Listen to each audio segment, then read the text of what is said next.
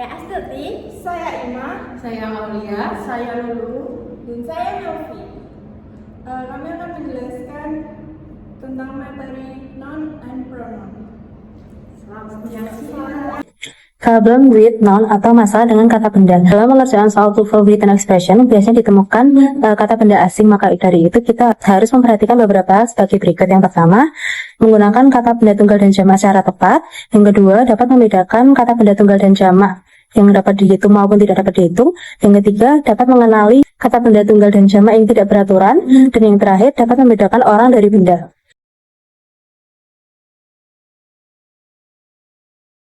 Artinya menggunakan kata benda tunggal dan jamak secara tepat.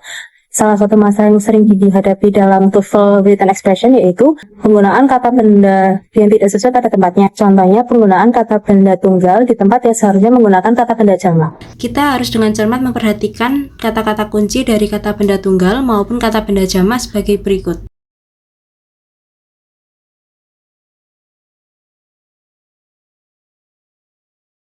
Soal nomor 6. Pada kalimat ini terdapat kata one yang artinya satu. Ini selalu diikuti oleh kata benda tunggal atau singular, namun digunakan kata days atau jamak, sehingga salah. Seharusnya kata days tidak perlu menggunakan s. Jawaban nomor 6 ini adalah incorrect atau salah. Contoh soal nomor 7. Kalimat ini menggunakan frasa not a single yang berarti tidak satu pun. Walaupun artinya negatif, tetap menunjukkan satuan, sehingga harus menggunakan kata benda tunggal atau singular. Kata worker pada kalimat ini sudah benar dalam bentuk tunggal.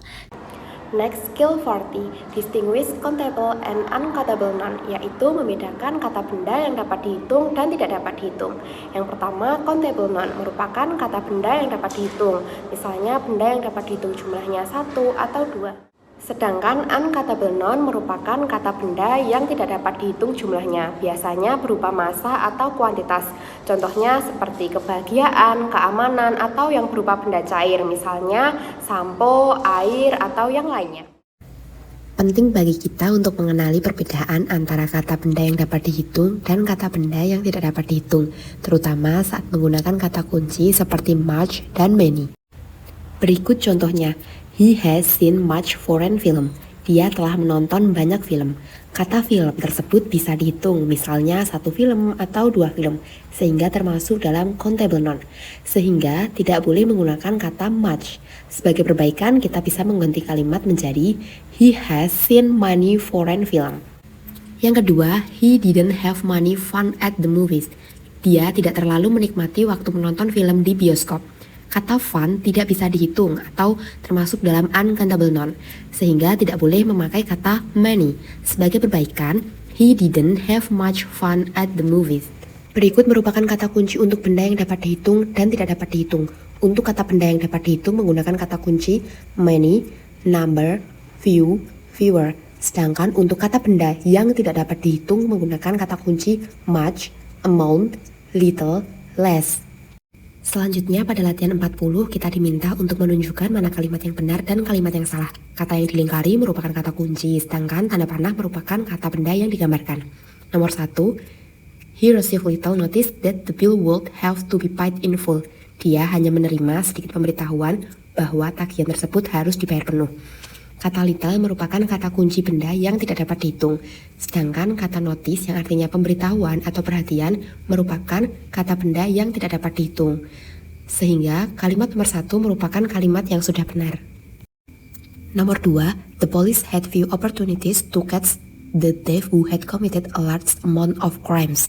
Polisi memiliki sedikit kesempatan untuk menangkap pencuri yang telah melakukan banyak kejahatan. Few merupakan kata kunci benda yang dapat dihitung, sedangkan opportunities yang artinya sedikit kesempatan merupakan kata benda yang dapat dihitung pula, sehingga kata few opportunities merupakan kata yang sudah benar. Sedangkan kata amount merupakan kata kunci benda yang tidak dapat dihitung, diikuti oleh kata benda of crimes yang artinya banyak kejahatan. Nah, banyak kejahatan tersebut merupakan kata yang seharusnya bisa dihitung, sehingga kalimat tersebut nomor 2 kurang tepat. Nomor 3, you will have fewer problems with your income taxes if you get professional help. Kamu akan memiliki lebih sedikit masalah dengan pajak penghasilanmu jika kamu mendapatkan bantuan profesional. Kata viewer merupakan kata kunci benda yang dapat dihitung, sedangkan kata problems atau masalah merupakan kata benda yang dapat dihitung pula, sehingga kalimat nomor 3 merupakan kalimat yang sudah benar. Selanjutnya adalah skill 41 yang berisi tentang irregular plural nouns atau kata benda jamak yang tidak beraturan. Apa sih irregular plural noun itu? Irregular plural noun adalah kata benda bentuk jamak tidak beraturan yang tidak hanya berakhiran dengan huruf S maupun IS, sehingga sering disalahartikan sebagai singular. Mari kita lihat apa saja tipe dari irregular plurals. Yang pertama adalah perubahan huruf vokal atau vowel change, yang dimana man menjadi man, woman menjadi woman, food menjadi feed, dan seterusnya. Yang kedua adalah penambahan huruf IN pada akhir kata, seperti child menjadi children.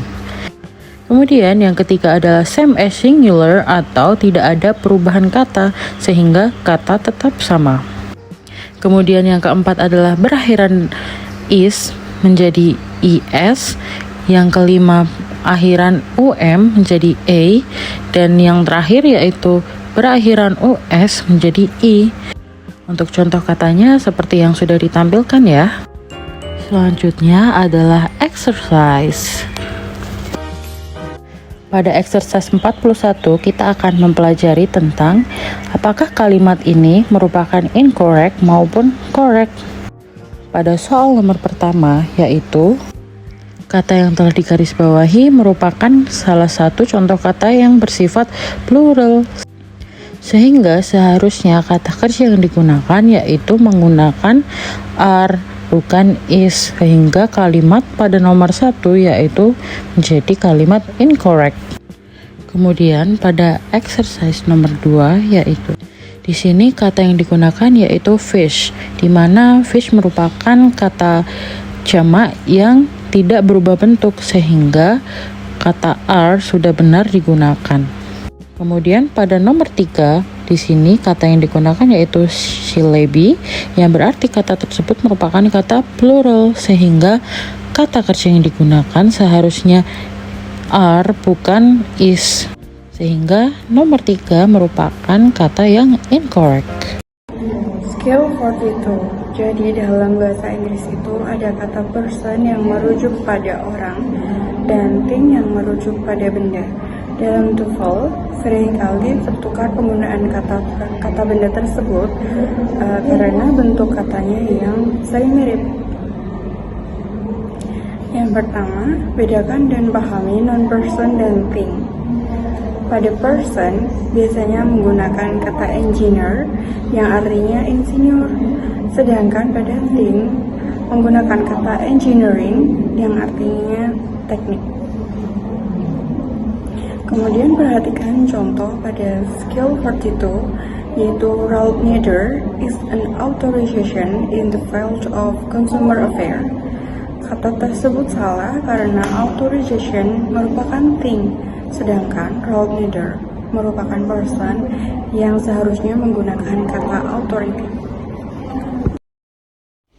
Sekarang perhatikan pada exercise 42 nomor 1. In the evening, he relaxes in front of the fire and writes long poets. Kalimat tersebut salah karena write sendiri merujuk pada benda, sedangkan poets itu merujuk pada orang.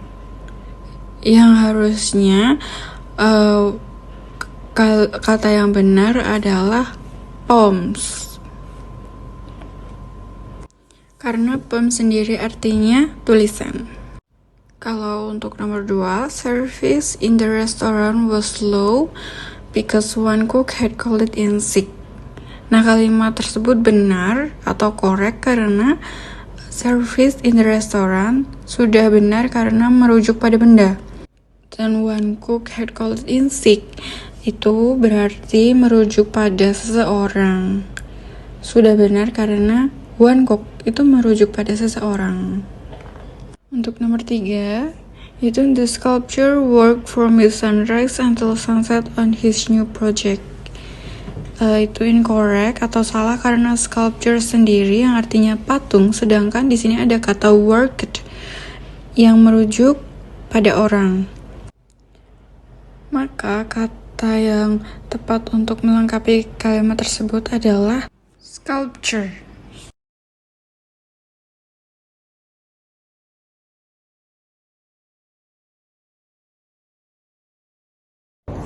Skill 43, distinguish subject and object pronouns, membedakan kata ganti subjek dan objek. Yang pertama ada subject pronoun, di mana subject pronoun ini digunakan sebagai pelaku. Yang contohnya yaitu I, you, he, she, they, it, we. Dan di mana subject pronoun ini letaknya di depan verb atau sebelum verb kata kerja. Yang kedua ada object pronoun, ini digunakan sebagai objek, yaitu yang menerima aksi. Contohnya me, you, him, her, it, us, and them. Biasanya objek pronoun itu terletak setelah kata kerja atau setelah preposition. Contohnya seperti to, for, with, dan lain-lain. Kita memasuki ke contoh soal di exercise 43. Nomor 1, the worst problem with is that God cannot afford it. Kalimat ini benar karena he sebagai subjek dan it sebagai objek, dan letaknya sudah tepat, posisinya sudah tepat. Untuk nomor 2 yaitu they saw Steph and I at the movies last night after class. Nah, pada kalimat ini salah karena di sini kalimatnya menggunakan I sebagai objek yang seharusnya diganti menjadi me karena me berada setelah kata kerja yaitu saw. Jadi kita harus bisa membedakan subject and object berdasarkan posisinya dalam kalimat. Selanjutnya, saya akan menjelaskan skill 44, distinguish possessive adjective and pronouns. Keterampilan 44 membedakan kata sifat dan kata ganti kepemilikan. Kata sifat dan kata ganti posesif sama-sama menunjukkan siapa atau apa yang memiliki sebuah kata benda. Namun, kata sifat posesif dan kata ganti posesif tidak memiliki fungsi yang sama, dan kedua jenis posesif ini dapat membingungkan dalam tes TOEFL. Berikutnya ini adalah contoh. Pertama, kata sifat posesif there disertai dengan kata benda book seperti berikut. Pada contoh kedua, kata ganti posesif theirs tidak disertai dengan kata benda. Nah, di sini ada they lend me their book yang artinya mereka meminjamkan buku mereka kepadaku. Ini adalah kata sifat. Yang kedua, mereka meminjamkan milik mereka kepadaku. Ini adalah kata ganti. Pada contoh pertama, kata ganti posesif theirs tidak tepat karena disertai dengan kata benda new papers, dan kata ganti posesif tidak dapat disertai dengan kata benda. Kata sifat posesif there dibutuhkan pada contoh pertama. Pada contoh kedua, kata sifat posesif your tidak tepat karena tidak disertai dengan kata benda, dan kata sifat posesif harus disertai dengan kata benda. Berikut kata-kata posesif dan penggunaannya. Kata sifat posesif dan kata ganti kepemilikan harus disertai dengan kata benda, tidak dapat disertai dengan kata benda. Untuk contoh kata sifat posesif, my, your, his, her, its, our, their. Dan untuk kata ganti kepemilikan, mine, yours, his, hers, ours, theirs.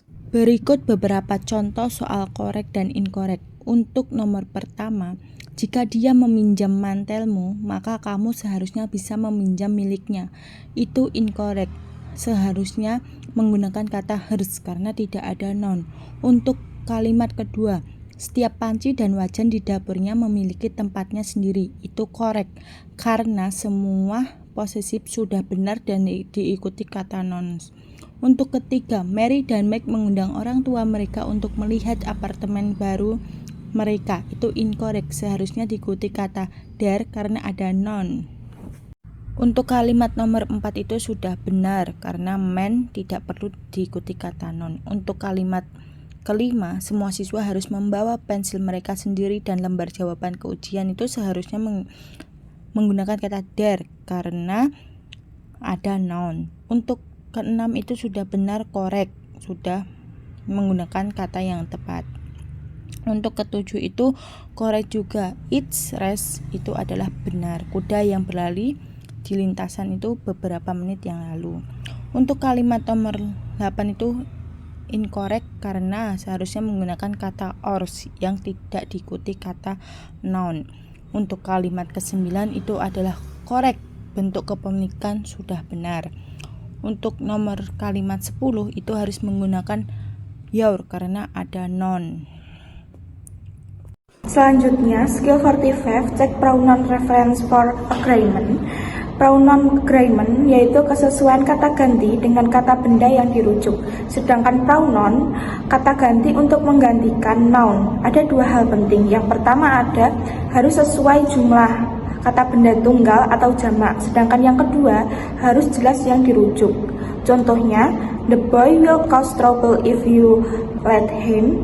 Salah karena boy itu kata benda jamak, sedangkan him itu kata benda tunggal.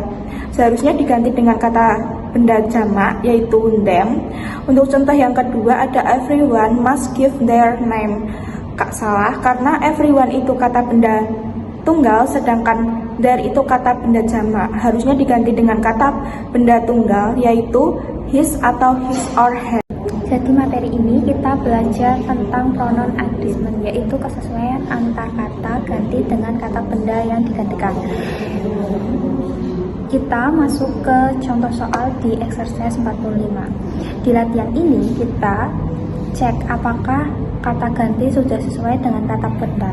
Kalau sudah sesuai jumlahnya berarti benar, kalau tidak sesuai berarti incorrect atau salah. Kita memasuki latihan exercise 45. Di sini kita langsung ke latihan nomor 1. If a person really want to success, then must always work hard. Pada kalimat ini, a person adalah kata benda tunggal, tetapi menggunakan they yang merupakan kata ganti jamak, sehingga tidak sesuai. Seharusnya dia menggunakan he or she, jadi kalimat tersebut incorrect. Kita masuk ke latihan kedua. If you see the student from the math class, could you return their exam paper to them? Di sini student adalah jamak dan kata ganti their serta them juga jamak. Jadi kalimat tersebut sudah sesuai. Sehingga kalimat ini bisa dikatakan correct atau sudah sesuai. Memasuki latihan ke-3. Some friend and I went to see a movie and after we wrote a card about them. Pada kalimat ini, them merujuk pada some friend karena friend bersifat jamak dan them juga jamak, maka sudah sesuai. Jadi kalimat tersebut bisa dikatakan correct atau sudah sesuai. Masuk ke exercise skill 43 sampai 45. Pada latihan ini kita diminta untuk mengecek penggunaan pronoun berdasarkan 3 skill, yaitu subject object, proporsive, dan agreement. Lalu menentukan apakah di kalimat tersebut benar atau salah. Kita masuk ke contoh soal di assessment skill 43 sampai 45. Yang nomor pertama, helicopter are being used more and more in emergency situation of its ability to reach of the place. Pada kalimat ini, kata helikopter bersifat jamak, tetapi pada kalimat tersebut dia menggunakan its yang merupakan bentuk tunggal.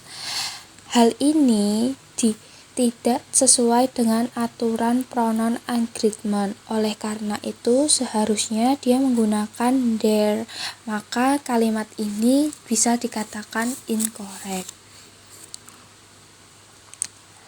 Masuk ke Latihan soal nomor 2.